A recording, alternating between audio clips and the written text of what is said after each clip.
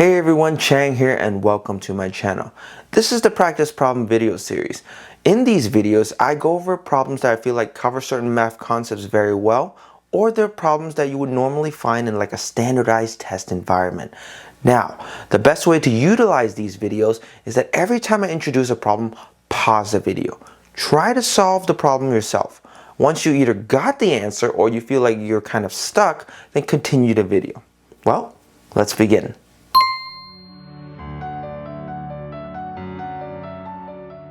So for today's video, we have this problem. List the number in decreasing order. We have 4 over 9, 7 over 15, and 5 over 12. Now, if it's a standardized test, you're crunched for time and you're allowed to use a calculator, don't try to be smart. Don't try to solve this in some crazy, clever, maneuverous way. Just enter it into a calculator. Figure out what the decimals are and then compare the decimals. You'll be able to tell which one is bigger and which one's smaller and just list them in decreasing order. You're done. Move on to the next problem that might need your time. Now, if you're not allowed to use a calculator, that's where we actually have to work with this problem, understand it and try to solve it. Well, first and foremost, notice that each and every one of these fractions are quite close to 1/2, but not there yet. So we can't just look at it and know which one's bigger and which one's smaller. The other thing that makes it difficult is that they're not sharing a common denominator. So if we want to compare them, we at least have to make sure that they are sharing some number, some common denominator. Well, here's what we can do. If we can't do anything else, we can just multiply the missing numbers in each and then get a common denominator. So we have 9, we'll just multiply by 15 and 12, 15 by 9 and 12, and 12 by 9 and 15. Now, that's if you hate yourself. Right, you want to make your life more complicated. But at this point, if we're trying to solve this problem with this kind of strategy, it means that we're not allowed to use a calculator. Why make our lives any more difficult? Right? By multiplying, it works. We will be able to compare fractions, but the number is going to be drastically large and ugly. So, the best thing to do in this case is actually to find the least common multiple. That guarantees that we'll still have a common denominator, but the number is as small as it can be so that we can work with it. In order to find the least common multiple, what we're gonna do is actually find the prime factors of each. So, in this case, 9, well that's simple. That's just a 3 times 3, or in other words, 3 squared.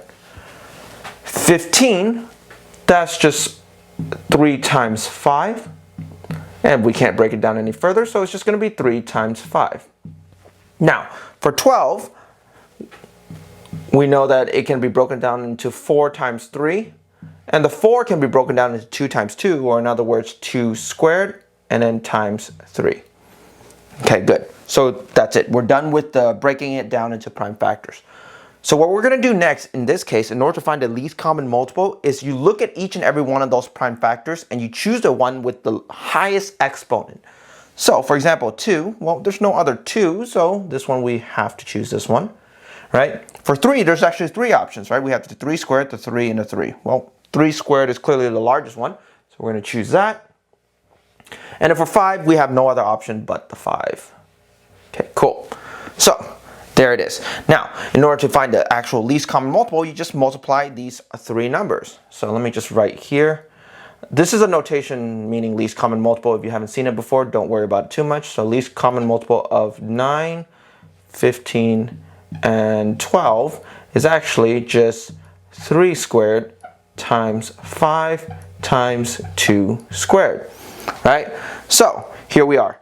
Well, we know that 3 squared is just 9, so we have multiplying it by 5, and we know 2 squared is 4. So 9 times 5 times 4 is just 9 times 20, which gives us, what is that, 180?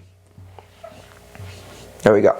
So that's our least common multiple. Great. So what we're going to do next is for each and every one of these fractions, we're actually going to have to change it so that it has the denominator of 180. Well, let's see. Here we have, let's just write it right here. 4 over 9, and in order to get it to 180, we're going to multiply the top and bottom by 20. That gives us, what's that? 4 times 20 is 80, and the bottom is 180. Excellent. Okay, so that's one of them. And the other one, we have 7 over 15. And what we have to multiply by, what is that, 12?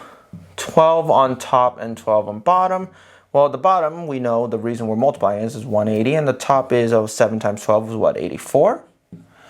And the last one, we have 5 over 12, and in order to get it into 180, we're going to have to multiply the top and bottom by 15.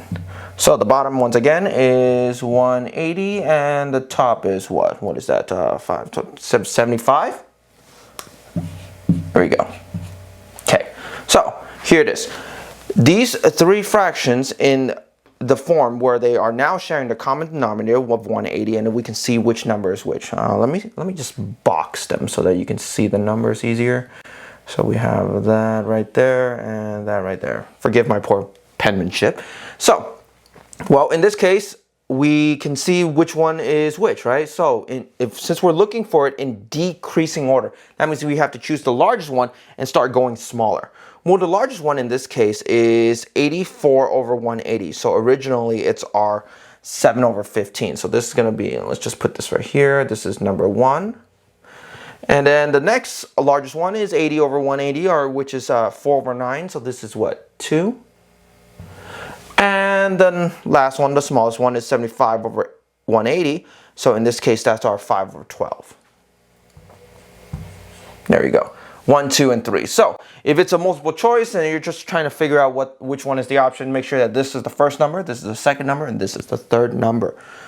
Remember this. What we did in this case is we found the least common multiple to find the common denominator. Once again, you could use any strategy you want as long as it's correct, and ensure that as long as they have the same common denominator, then you can compare them. Hopefully this helps. See you in the next video.